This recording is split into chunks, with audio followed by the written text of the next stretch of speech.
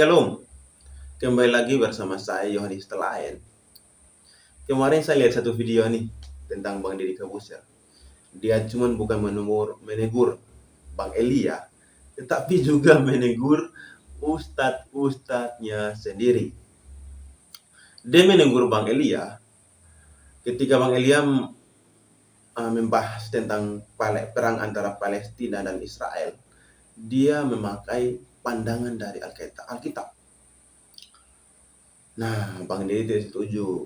Karena kalau membahas itu tidak harus menggunakan satu pandangan atau pandangan dari Kristen sendiri, tapi dua pandangan. Yang kedua, Bang Deddy juga mengatakan bahwa perang antara Palestina dan Israel ini, kenapa Indonesia membela? Karena dalam undang-undang mengatakan bahwa penjajahan di atas dunia harus dihapuskan. Oke, itu benar. Tetapi dia menampar ustadz sendiri adalah ketika Bang Elia menggunakan Alkitab dan mengkritik ya. Nah, dia mengatakan bahwa tidak boleh masuk dalam kamar orang lain. Maksudnya adalah kalau membahas sesuatu, jangan kalau pakai Alkitab, tapi harus membahas Alkitab saja. Jangan membahas tentang agama lain, Al-Quran misalnya, atau membahas agama lain. Oke, itu tidak salah Bang Deddy. Yang jadi masalah adalah Bang Deddy cuman menegur Elia saja, tetapi tidak menegur ustadz Anda sendiri.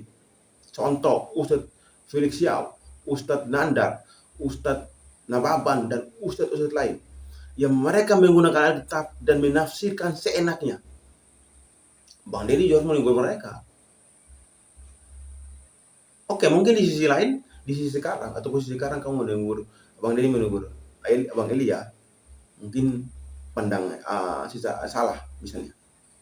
Tapi Anda juga harus menegur ustadz Anda yang menggunakan Alkitab dan menafsirkan seenaknya.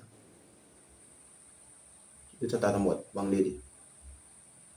Mari kita simak video ini. Ada lagi nih satu, Elia Miron. Ini saya gatal kalau ini, ya. Karena Anda koar-koar soal agama. Jangan dikaitkan dalam peperangan Israel dan Palestina. Itu hak Anda juga bicara. Nggak apa-apa, saya masih bisa terima. Karena dari berbagai bintang tamu yang saya undang tentang genosida ini, ada yang mengatakan ini agama, ini perang agama. Ada yang mengatakan ini bukan perang agama. Pendapatnya beda-beda, opininya beda-beda. Jadi ketika Anda ngomong itu, saya anggap opini. Saya nggak menyalahkan Anda. Yang jadi masalah adalah ketika Anda membawa Alkitab, satu agama dalam pembahasan tersebut, lalu membandingkannya kitab tersebut dengan kitab agama yang lain. Di sini masalahnya. Di sini problemnya. Anda masuk ke kamar orang lain dan Anda koar-koar seakan-akan kamar orang lain tersebut lebih jelek dibandingkan kamar Anda. Saya aja nggak berani nih ngomongin apa yang Anda omongin. Ngulangnya aja saya nggak berani. Karena ini very sensitive. Dan kita tuh sangat toleran. Indonesia itu adalah negara yang sangat toleran, tapi jangan dibakar. Anda bayangin nggak kalau Anda ngekos, lalu Anda mampir ke teman kosan Anda, ya, mampir ke sana. Terus Anda ngomong nih sama teman Anda, kamar lu nggak rapi ya, berantakan kamar lu, nggak bener nih kamar lu nih. Kamar gue dong keren, kamar gue dong lebih rapi. Mejanya aja jelek nih kamar lu nih, ya kan? Ranjangnya aja udah, waduh, bapuk nih ranjangnya nih. Menurut Anda, perasaan teman Anda gimana? Ketika kamarnya dibandingkan dengan kamar Anda. Anda masuk saja harus kulunungun, lalu Anda bandingkan.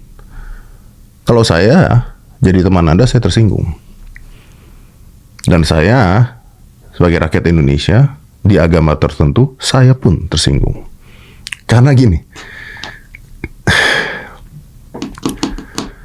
masalah agama ini sensitif. Saya juga nggak suka bicarain tentang masalah agama. Dan kata-kata Anda itu bahkan bukan komedi loh, bukan jokes loh. Kalau zaman dulu tuh ya, agama A dan agama B itu jadi komedi. Ya kan? Ada jokes pastor, ustadz, ada. Kalau sekarang pun kadang-kadang ada yang menggunakan agama jadi komedi. Itu pun ya sensitif. Dan itu pun ada yang pro dan ada kontra. Anda enggak. Anda belak-belakan ngurusin agama orang lain. Anda belak-belakan ngurusin kamar orang lain. Dan kita sudah punya banyak contohnya. Jadi gini, kalau Anda nggak ngerti, kalau Anda agamanya tertentu, saya nggak mau bahas agama Anda. Karena saya nggak peduli agama Anda apa. Saya tidak juga menjelekkan agama Anda apa. Karena dalam sebuah agama yang jelek kayaknya orangnya. Sama seperti Anda. Dalam surat Al-Kafirun ayat ke-6, Anda pasti nggak ngerti ya, ditulis lakum dinukum waliyadin. Apa artinya? Artinya adalah untukmu agamamu, untukku agamaku. Jadi agama lu, agama gua, nggak dibanding-bandingkan. Ini kayak bapak-bapak gang ngebandingin anaknya sama anak orang lain. Terus ngomong, anak lu jelek, anak lu sekolahnya nggak pinter, anak gue dong. Digebukin, lu percaya nggak? Digebukin. Anda itu cowok, jadi jangan perilakunya seperti mak-mak gang juga gitu. Wah, suami saya baru beli kulkas, suami lu beli kulkasnya jelek. Ini urusan rumah tangga orang. Ini kamar orang lain. Dan ini kenapa saya wajib? Karena perpecahan bangsa bisa hanya gara-gara hal seperti ini. Bisa. Dan potensi bela negara itu juga mengatasi perpecahan-perpecahan seperti ini. Anda coba deh untuk jalanin kata-kata Anda sendiri.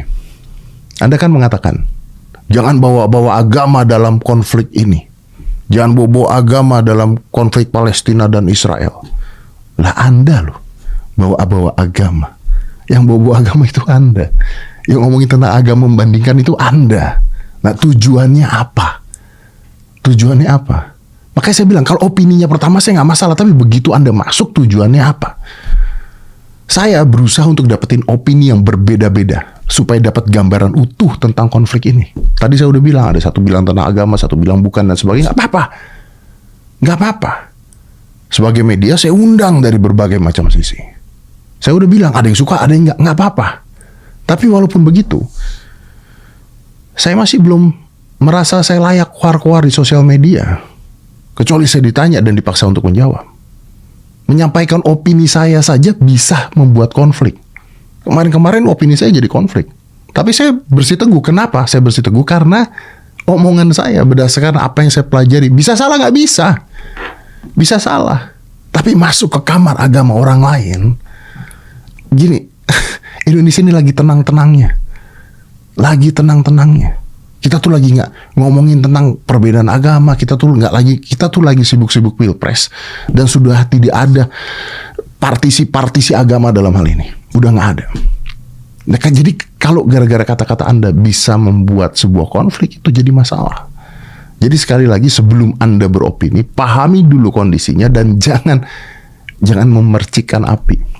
Pahami dulu sensitivitas dari masalah tersebut, lalu lakukan riset. Kalau risetnya pun mendukung, buktikan risetnya.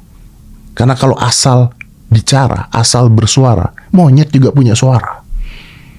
Jadi, don't pick and don't choose data that only supports the way you think.